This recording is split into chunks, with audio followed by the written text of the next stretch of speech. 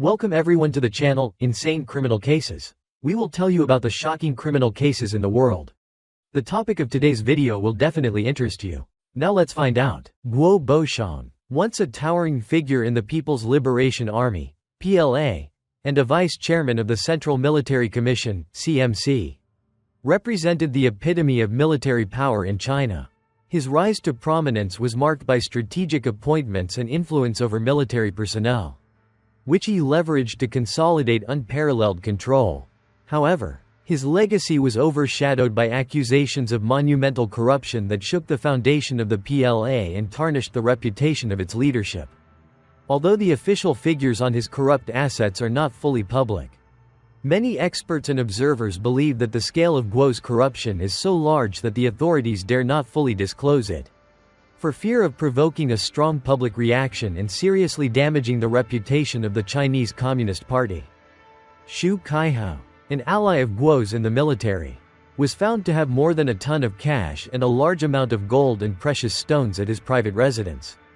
However, investigators believe that Guo Boxiong's corrupt assets far exceed this figure, with an estimated value of tens of billions of yuan. Guo's assets, including cash, gold, real estate, and artwork, were discovered in locations ranging from luxury villas to secret storage facilities. The amount of assets was so large that the authorities had to mobilize military trucks to transport them, and the inventory took days. Guo was also in charge of training and weapons procurement during his 10 years as vice chairman of the Central Military Commission, which gave him even more opportunities to engage in corruption. Zhang Mushang, assistant to the political commissar of the General Logistics Department Lu Yuan, who spearheaded the fight against corruption in the military, said that Xu Caihao alone had taken at least 1 billion yuan in bribes, while others had taken much larger bribes than Xu. This person was not only involved in buying and selling official titles, but also embezzled the defense budget. According to a retired military colonel in Beijing, Guo Boxiong was the central figure of the Northwest faction, closely associated with Xu Caihao's group. Xu had deliberately arranged and placed his own people in the Central Military Commission before Xi Jinping succeeded Hu Jintao in late 2012.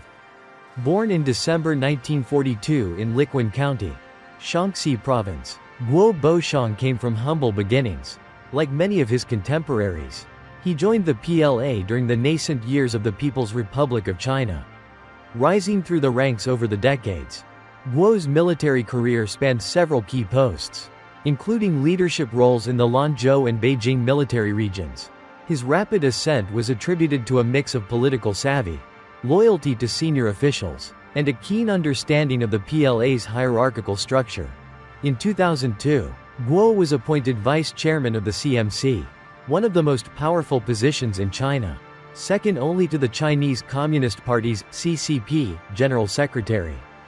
This role granted him oversight of military appointments, promotions, and strategic decisions, solidifying his influence within the armed forces.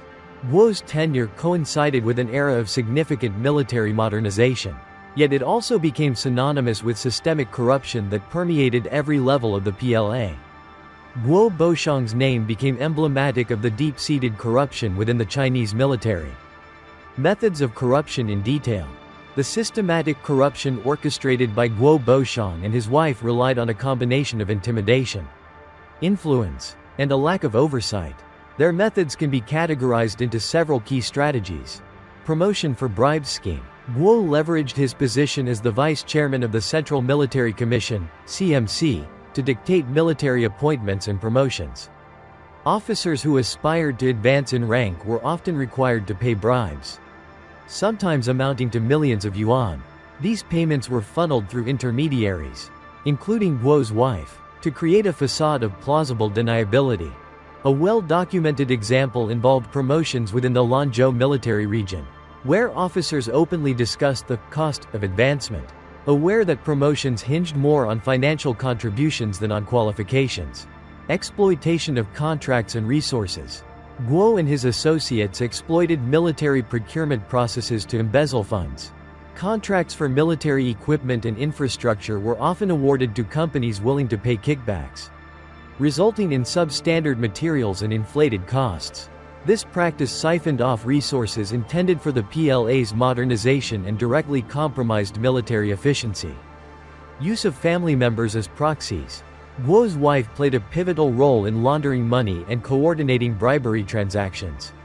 By acting as an intermediary, she allowed Guo to maintain a veneer of separation from the corrupt dealings. Additionally, other family members were implicated in using offshore accounts to hide illicit wealth, ensuring the funds remained beyond the reach of domestic investigators. Misuse of military-owned properties. The couple reportedly used PLA-owned properties for personal enrichment.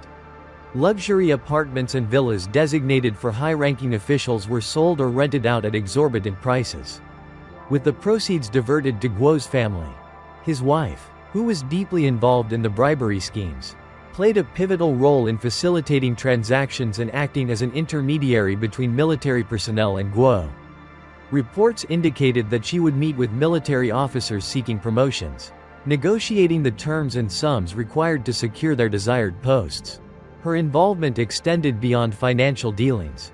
She reportedly wielded influence over social events and gatherings within the military, creating an environment where corruption became normalized. By exploiting her husband's position and her connections, she established herself as a key figure in the network of bribery and favoritism. In 2015, during Xi Jinping's anti-corruption campaign, Guo's activities came under scrutiny. He was expelled from the Communist Party, arrested, and put on trial for corruption. During his trial, Guo admitted to accepting bribes and expressed remorse for his actions. However, his acknowledgement did little to mitigate the consequences. In 2016, he was sentenced to life imprisonment, with all his properties and assets confiscated. The trial marked a turning point in the PLA's history, signaling that even the most powerful officials were not immune to accountability. The immense pressure of being exposed and held accountable for decades of corruption took a visible toll on Guo Boxiong. While reports about his alleged suicide attempts are shrouded in secrecy, their implications reveal the psychological consequences of disgrace, especially in a system where public humiliation is weaponized as a deterrent.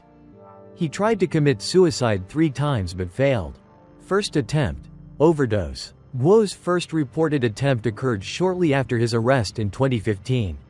Sources indicate that he ingested a large quantity of sleeping pills in his detention cell, hoping to avoid the inevitable trial and public condemnation. Guards discovered him unconscious during a routine check, and he was rushed to a military hospital for treatment. Second attempt: hanging. A second attempt followed months later while Guo was still in custody. This time, he reportedly fashioned a noose from items in his cell.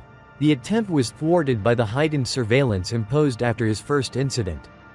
Third attempt: self-inflicted injuries. Guo's final known suicide attempt involved self-inflicted wounds. Though details are sparse, it is believed that the incident occurred during his trial preparations in 2016. Authorities quickly intervened, providing medical attention and increasing security measures to prevent further attempts. These attempts reflect the overwhelming shame and despair experienced by high-profile officials facing public disgrace in China. In Guo's case, the combination of personal guilt and the fear of retaliation against his family likely exacerbated his psychological distress. His downfall served as a stark warning to others in positions of power.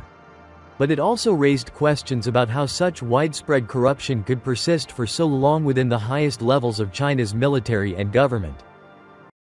Thank you for watching our video. Insane Criminal Cases. Chanel hopes you have had great entertainment moments. Wish you all the best.